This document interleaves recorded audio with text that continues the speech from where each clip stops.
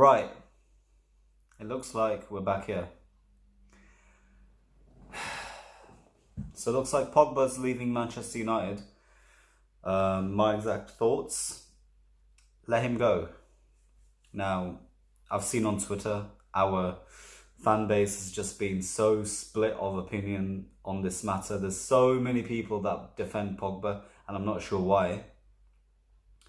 I think I did cover it in my last video about Pogba, but player-wise, he is talented, but he isn't at the same time. I think he is. I don't know. Like, I feel as if he is a lazy player. Like, but I don't know. Like, because people say he is a talented player. Look at him in the France squad, but at the same time, he's got world-class players at his level, if not better. So you can't really justify that for a very good reasoning. I'm sure they just lost, what, I think 2-0 or something, 1-0 against, who was it? I forgot. But yeah, I mean, there's a lot of people that defend Pogba and say that we haven't been fair to him, but he's been our best player this season.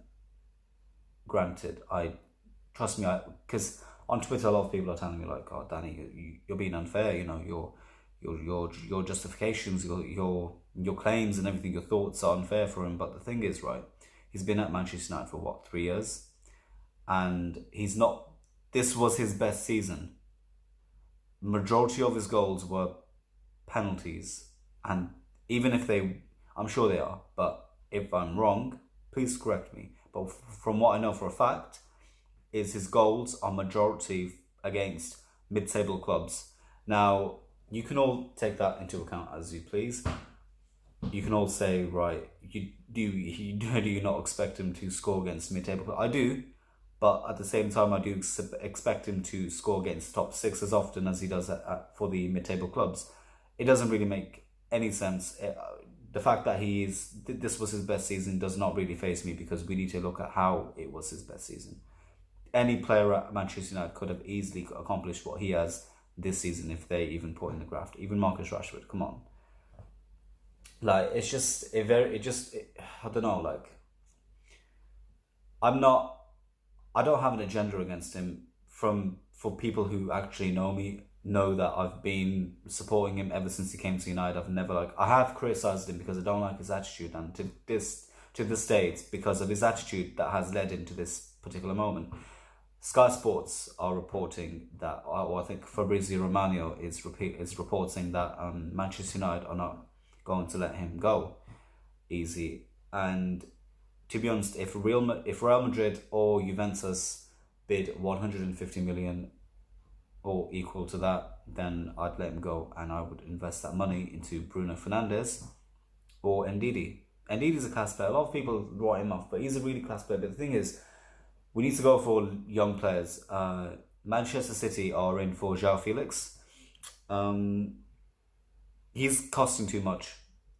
If City spend 100 million on a 19-year-old player, Portuguese player, it's like you're risking it, because there's great chances he won't even like become something really good. It might just be his league or something, or his national team or something. Do you get me? Like, we need to, because you might say, all right, fair enough, we made a risk with Daniel James, but you can't say that he wasn't popping off before he joined United. Come on. There's a reason why we bought him, because 100% Manchester United were looking at that Manchester City game against Swansea. Daniel James left Otamendi dead for dead. Mate, look at the highlights, right? Daniel James is a prospect, and he will become something really good at United, because out of all the top 6 teams, out of all the teams in the Premier League even, we know how to treat young players, because we're known for that. The second would be, I reckon, I think Liverpool, because Liverpool know. Look at Trent Alexander-Arnold. Look at Robertson. Who was Robertson before he joined Liverpool? Exactly. So what I do like is Liverpool fans aren't really criticising us that much for the Daniel James signing, because they want to know and they want to see how Daniel James becomes. But yeah, I mean, right, my camera cut out for some unknown reason. I'm sorry about that, but I pretty much was ranting for about another 10 minutes, and I thought it was recording, but yeah. What was I saying? Robertson. Yeah. So all in all, I think if Ed Woodward or the Glazers are watching this by any chance, give him the money, give Ole the money, put faith in him, put the same faith that you put Jose Mourinho in, David Moyes in, Louis van Gaal in, give him the same faith, give him about minimum 200 million, and we'll see. We shall see what happens, because if you put the faith in him and if you up your scouting for once, then maybe we'll have a chance. But yeah, I mean, we can't be swapping managers like Chelsea. Come on, like, we need to, if we are serious about it, we need to make offload right now.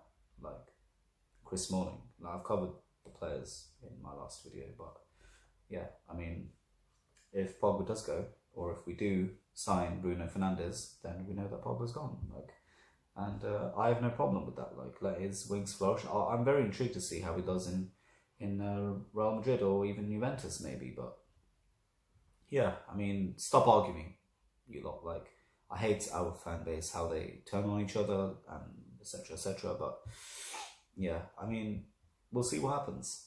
But yeah, here's to the future, and I will make another video once the transfer market finishes, just discussing our current signings, who we've offloaded, if we have offloaded, who we've signed, what they can do for the team, etc. But I'll be like making these type of videos like during the season. But yeah,